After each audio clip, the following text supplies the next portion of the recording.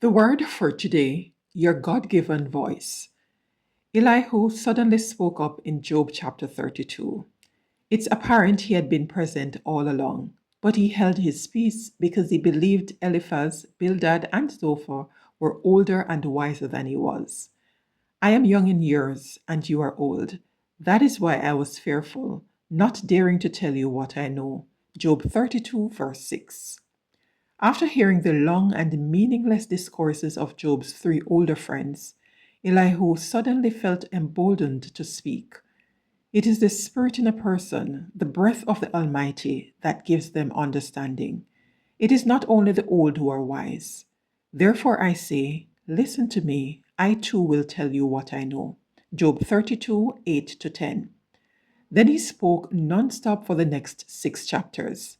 He no longer saw himself as a loser in the game of comparison. Feelings of inferiority are generated by comparing yourself with others. Or you go to the other extreme and finish up with a sense of superiority. That's why you should never play the comparison game.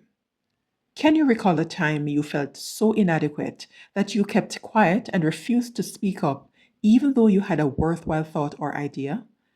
Know that it's not your ability that determines your success, but the breath of the Almighty that gives understanding.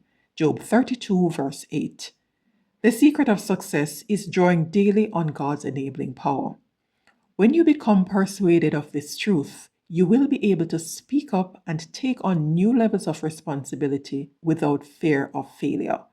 That is the word for today.